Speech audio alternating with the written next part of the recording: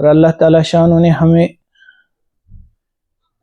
توفیق دی کہ ہم اپنے گھروں کو چھوڑ کر اللہ جل جلالہ کے گھر میں جمع ہوں۔ اللہ تعالیٰ شان و قرآن پاک میں فرماتے ہیں وَمَا تَشَاءُونَ إِلَّا أَن يَشَاءَ اللَّهُ رَبُّ الْعَالَمِينَ، تم نہیں چاہ سکتے جب تک اللہ تعالیٰ شانو نہیں چاہیں گے، یعنی جب اللہ نے ہی چاہا تبھی تم اللہ کے گھر میں آئے۔ چاہے تم کتنا بھی چاہتے، اللہ نہیں چاہتے تو تم اللہ کے گھر میں نہیں آ سکتے، ایسا ہو ہی نہیں سکتا، بلکہ تمہارے دلوں میں جو قصد اور ارادے ہوتے ہیں وہ بھی اللہ ہی کے چاہنے سے اٹھتے ہیں۔ انسان کے دل میں طلب بھی اللہ ہی ڈالتے ہیں، یہ طلب بھی کسی کے کرم کا صدقہ ہے کہ قدم اٹھتے نہیں اٹھائے جاتے ہیں، کہ انسان کے دل میں نیکی کی طلب اٹھنا یہ بھی اللہ ہی کا کرم ہوتا ہے۔ تو اس پر ہمیں اللہ کا بے حد شکر کرنا چاہیے۔ کچھ نہ کچھ اللہ جل شانہ کو اپنی تمام مخلوق کے ساتھ ایک خاص تعلق ہوتا ہے، کچھ بندوں کے ساتھ اور خاص تعلق ہوتا ہے۔ اللہ اسی کو اپنے گھر میں بلاتے ہیں جس سے اللہ جل شانہ کو محبت ہوتی ہے۔ ہر ایرے گہرے کو آدمی اپنے گھر نہیں بلاتا، چجائے کہ اللہ جل شانہ جن کی ذات وراء الورا ہے۔ ایک بزرگ ہیں غالباً حضرت مالک بن دینار رحمۃ اللہ علیہ، کہتے ہیں وہ ایک دن ایک بازار سے گزر رہے تھے، وہاں انہوں نے ایک لونڈی کو دیکھا۔ اس زمانے میں لونڈیاں غلام بکتے تھے، تو وہ بالکل کمزور تھی، ضعیف تھی، جسم پر کمزوری کے آثار تھے، کوئی اس کو خرید نہیں رہا تھا۔ گرمی تھی اور یہ بیچاری پیاسی کھڑی تھی، اس کا جو بیچنے والا تھا وہ اس کی بولی لگا رہا تھا کہ کون اس کو خریدے گا۔ تو یہ وہاں سے گزرے، ان کو اس لونڈی پر ترس آیا، اتنی گرمی میں ضعیف جان کھڑی ہے تو میں اس کو خریدوں گا، حالانکہ ان کو پتا تھا کہ اس سے زیادہ کچھ گھر کا کام ہونے والا نہیں ہے، جس حساب سے اس کی جسم کی توانائی طاقت لگتی ہے، لیکن ان کو اس پر ترس آیا۔ تو ان نے اس بیچنے والے سے پوچھا کہ بھائی اس لونڈی کی کیا قیمت ہے؟ اس نے کچھ قیمت بتائی، ان نے اس لونڈی کو خریدا اور خریدنے کے بعد اس کو گھر لے کر آئے۔ اب جب اس لونڈی کا جو پہلا دن ان کے گھر میں تھا، کہتے ہیں رات کا جب ایک حصہ ہو گیا تو ان نے کچھ آواز سنی، یہ اس آواز سے جاگ گئے، بیدار ہو گئے۔ تو جب یہ اٹھے، ان نے دیکھا یہ لونڈی مکان کے ایک کونے میں یا کمرے کے ایک حصے میں اللہ جل شانہ کے ساتھ راز و نیاز، دعا، نماز پڑھ رہی ہے۔ تو حیران ہو گئے کہ ایک لونڈی عام سی مجھے لگی، لیکن رات کے اس حصے میں جب سب سوئے ہیں یہ اٹھ کر اللہ سے دعا کر رہی ہے۔ تو یہ گئے قریب تھوڑا سا سننے کے لیے، تو ان نے سنا کہ یہ لونڈی اللہ سے درخواست کر رہی ہے، فریاد کر رہی ہے، دعا کر رہی ہے کہ یا اللہ میں آپ کو اس محبت کا واسطہ دیتی ہوں جو آپ کو مجھ سے ہے۔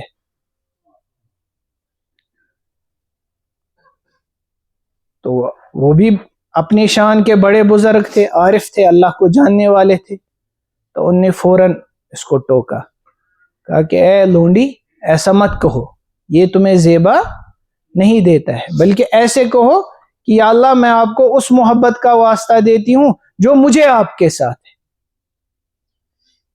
اس میں مجھے تھوڑی سی بے ادبی جیسی لگ رہی ہے کہ تم اللہ کو یہ واسطہ دے رہی ہو کہ یا اللہ میں آپ کو اس محبت کا واسطہ دیتی ہوں جو آپ کو مجھ سے ہے۔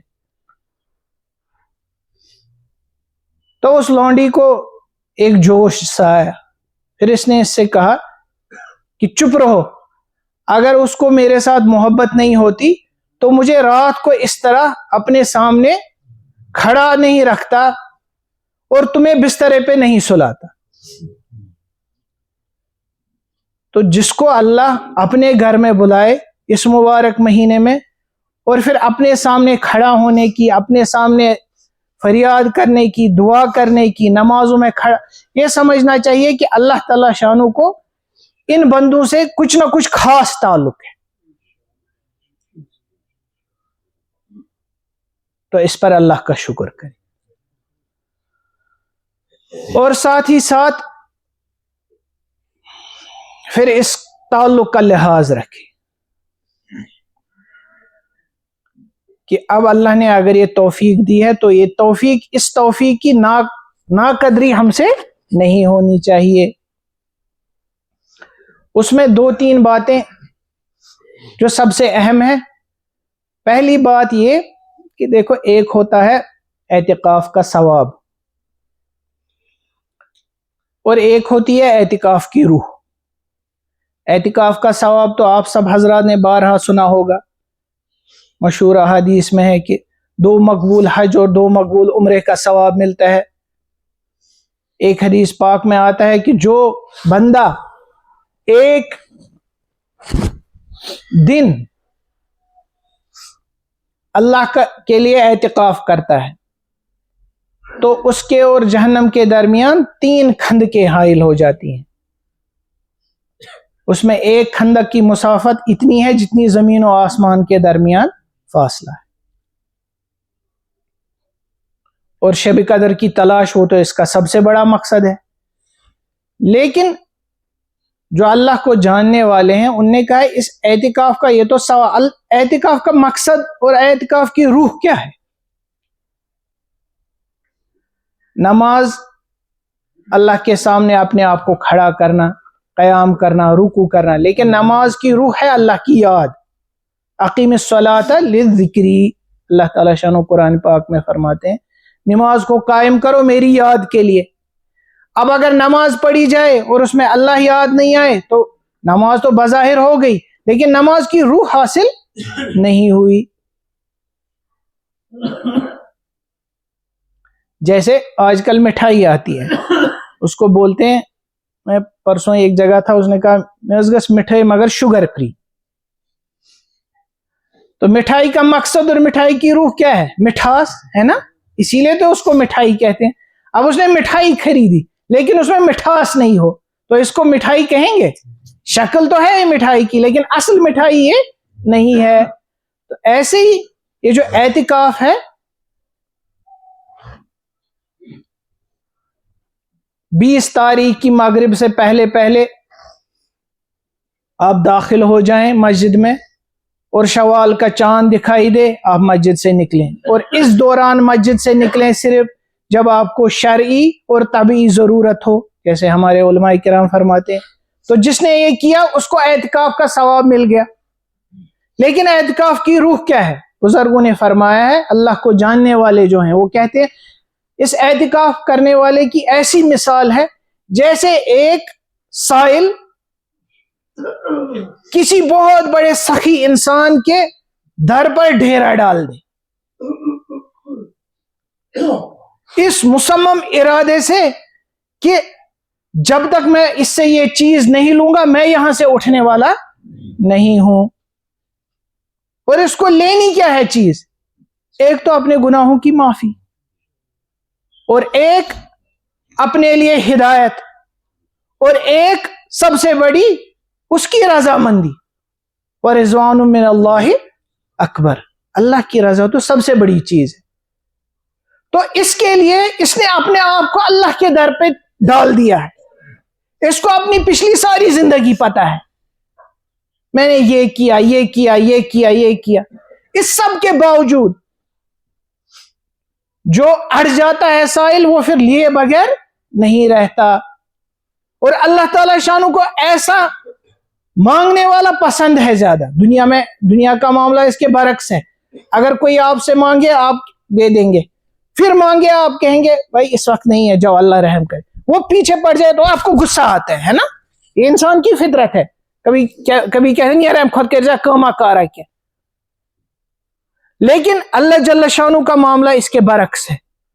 جو اللہ سے پیچھے پڑ کے مانگتا رہتا ہے اللہ کو وہ بندہ پسند ہے. حدیث میں آیا ہے اللہ کو اس بندے کی دعا بہت پسند ہے جو اڑ جائے. یا اللہ مجھے اپنی مغفرت چاہیے اور اپنی مغفرت لیے بغیر میں نہیں رہوں گا.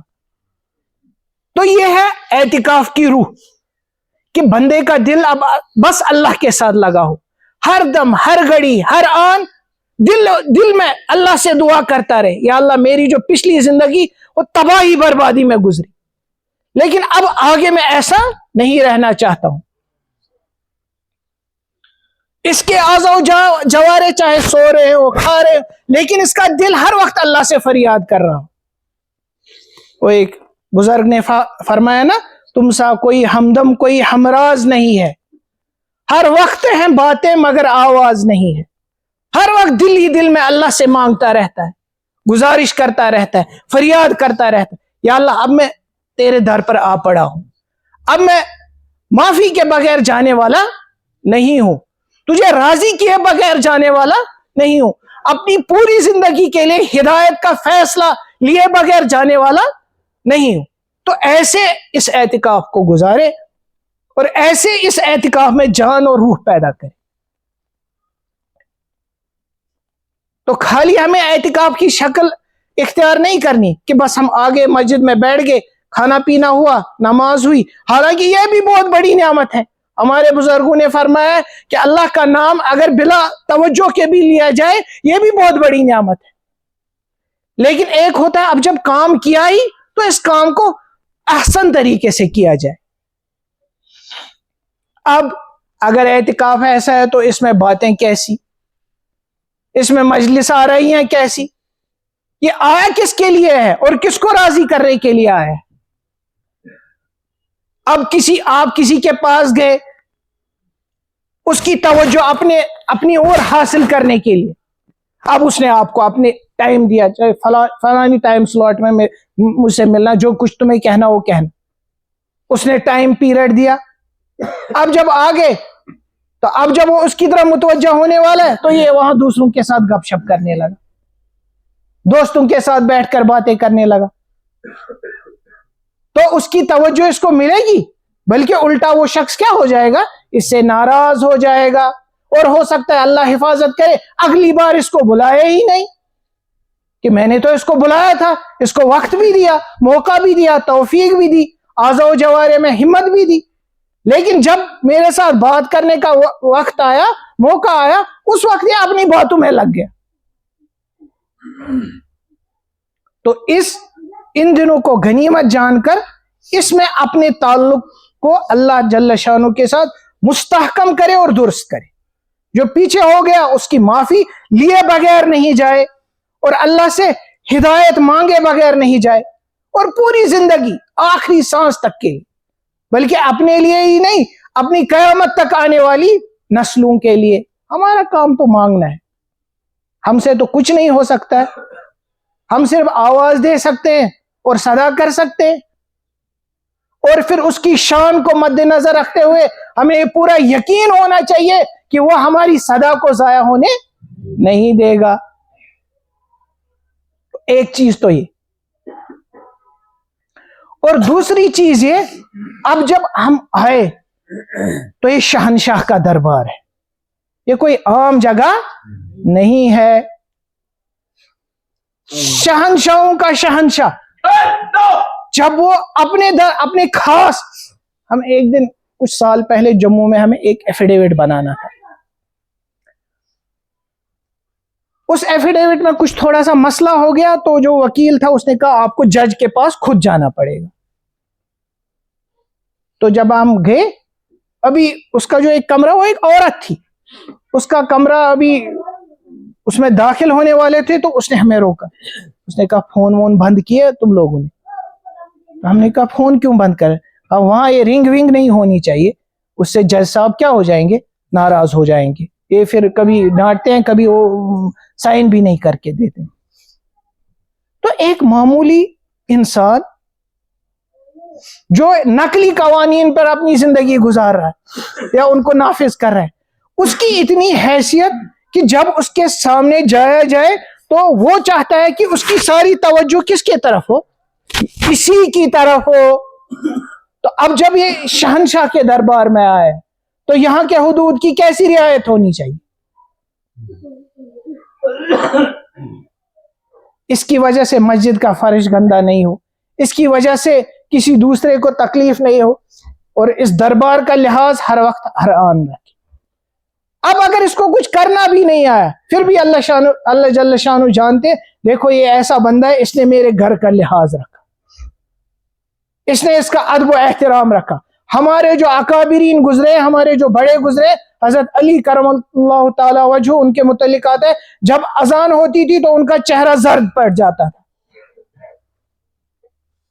پھر ان کے اصحاب جو تھے وہ پوچھتے تھے حضرت آپ کی حالت کیوں ہوتی ہے؟ تو کہتے تم کو پتا نہیں مجھے کس کے دربار میں جانا ہے. اب جو جاننے والا ہوتا ہے اسی کو پتا ہوتی ہے. تو شہنشاہ کے دربار کے آداب کی پوری رعایت کریں.